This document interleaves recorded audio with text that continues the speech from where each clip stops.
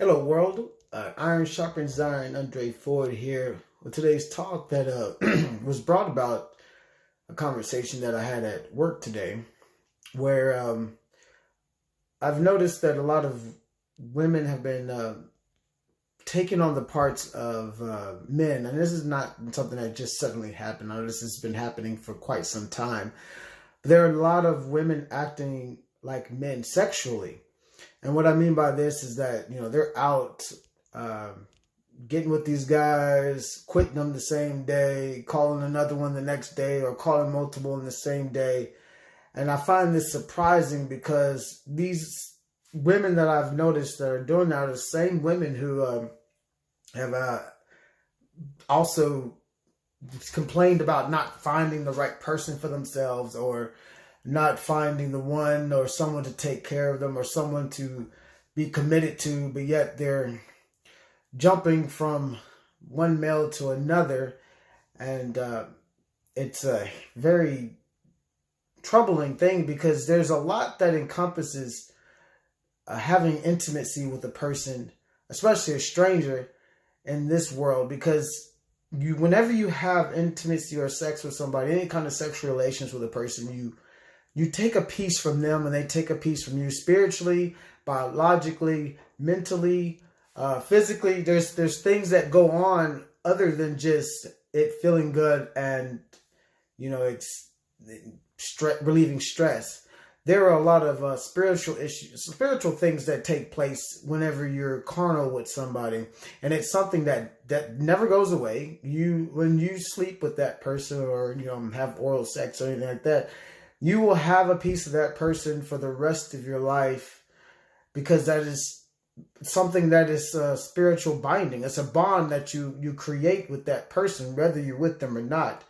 And the more carnal bonds that you pick up with people, the less of yourself that you have, and the more of other people you get. This is when you start seeing people having psychological issues, and they have trouble actually pinpointing who they are, because they've been with so many people. And this is not just women, I'm talking about guys too. But yeah, they started noticing that they don't know what they like. Let's say they used to like a certain type of food. They don't like that food anymore, and they don't understand why. Well, it's probably because you've been with Tyrone, Thomas, and Jason. And for the situations where if you're going to go cheat or do something you're not supposed to do, if you've ever noticed that 90% of the people who go and do these things wrong do so when they're either inebriated or high, or under the influence of something.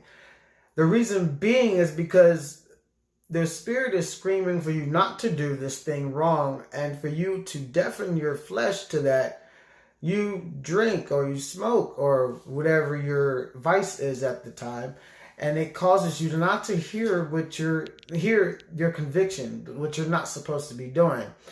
And I think the increase in substances has caused a lot of people to want to cheat more, not to mention the whole technologically advanced way of cheating there is now for people to get away with it a lot easier and get caught still with phones and all these apps and stuff.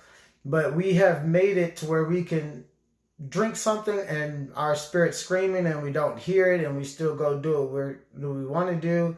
And later on, whenever that stuff wears off and we're done doing the act, we realize that, oh crap, I've messed up again. And each time you do that, it becomes the substance. You have to increase more to get that deafening, to deafen yourself from what you're not supposed to be doing. That now you're getting to the point where it's starting to affect your physical being. You're starting to look a lot older. You're starting to lose your memory. I mean, you're losing more and more of the thing that you call yourself, all because you're using this substance to deafen your spirit and do what you want to do in the flesh. And there's a guy at my job that's actually gotten to the point where he no longer feels guilty about what he does. In fact, he said it's been quite some time since he's ever felt guilty about it, because he's been doing it for so long. He's been deafening that spirit so long that the spirit is just dormant. And as sad as that sounds, it happens quite a bit to a lot of guys, especially guys. But I tell you, it happens to women a lot worse. Women get to the point where they have these chains dragging, these spiritual chains dragging all these spirits and all these guys that they've been with. Or, I mean, and some of them are not even, they've been physical with. It's just they've mentally messed them up so much that they're walking around with feeling loaded down with so much that they don't feel like they could ever be loved or appreciated. So all they do is they just lay on their back and accept whatever it is comes their way, and then post or talk or complain about what's going on with them. But they're past the point. They feel like they're past the point of no return, and they can't do anything about it. But yet they're still taking that shot before that guy comes over, even though she knows that what they're going to be doing is wrong. Or she smokes that blunt right before she goes over old boy's house at 2 a.m. because his wife's at work, or because he can sneak out the house and stuff. And that's what we're doing. That's what's in the world right now. That's what's happening right now. But the whole warning is that every time that you do that, you're losing a piece of yourself, and they're gaining a piece of you, and vice versa.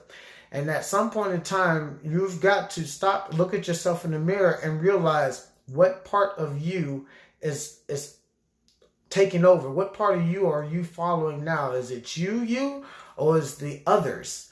Is it everybody else? Is that who is controlling you now? Do you have control of your actions now, or are you just going with the flow?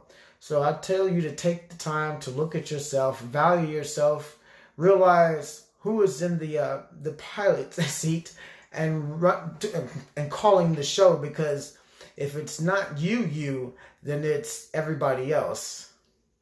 Thank you for listening.